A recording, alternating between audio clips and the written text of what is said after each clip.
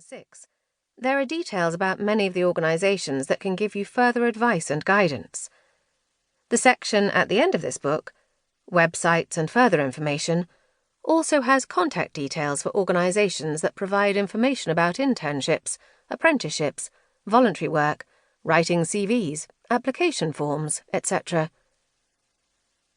Chapter 7 explains what a portfolio career is and how it could work for you. This chapter is particularly useful if you're thinking about making a career change. Chapter 8 moves on to what to do if you are currently stuck in a job or career you don't like, but, for whatever reason, you're unable to leave for now. There's plenty of positive advice if you're in that position right now. There's also advice and support around what to do if you actually hate your job or a course of study you've embarked on. And finally, there's constructive advice about managing unemployment. Whether you're stuck in a job you don't like or you're unemployed, whether you're still in education or just leaving it, or you're thinking about a career change, the emphasis throughout this book is that your attitude and approach make all the difference. You'll need a positive mindset, persistence, and determination. You'll also need an open mind, a willingness to be adaptable and flexible. Finding the right job and career for you might not be easy, but if you follow the steps described in this book, you'll not only ensure that you're heading in the right direction, but you'll do so with enthusiasm and confidence. 1. The changing nature of careers. The pen that writes your life story must be held in your own hand. Irene C. Casola. What is a career? Like most people, you probably think of a career as the work a person does throughout their working life, in a specific profession or industry.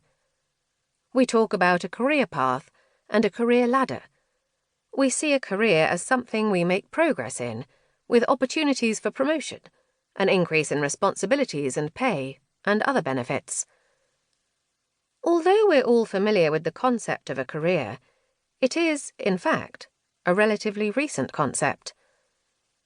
In the past, most people simply did the work that was there.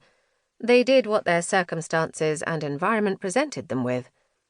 If, say, you lived in an agricultural community, your work was in agriculture, working on a farm or in associated work, as a blacksmith, for example. If you lived in a fishing community, your work was in the fishing industry, and if you lived in a mining community, you worked in or at the surface of the mines.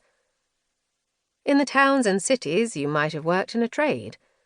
You might, for example, have been a draper or a goldsmith, a tailor, a cordwainer, a plasterer, or a bookbinder.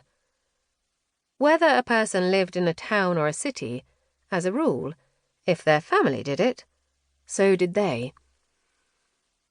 In the middle of the 19th century, the advent of the Industrial Revolution brought people work in the factories and work with large employers, such as railway companies. By the 20th century, and throughout the following decades, access to an education widened the possibility for many individuals to enter a profession and build a career.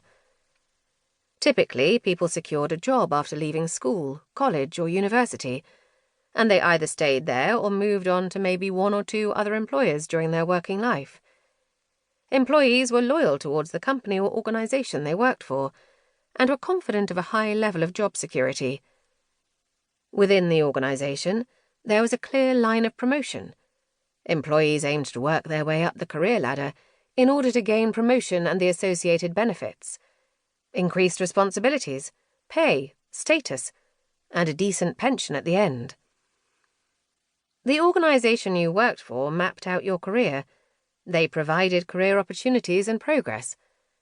Now, though, many of the organizations and companies that used to offer steady, lifelong jobs are no longer presenting a linear career path and/or the security that previous generations experienced. The three-stage life of education, work, and retirement is clearly not fit for purpose. That's a huge shift for the young as they consider lifetime learning and multiple career shifts. What worked for their grandparents' generation won't work for them. And it's not only the young who face this challenge.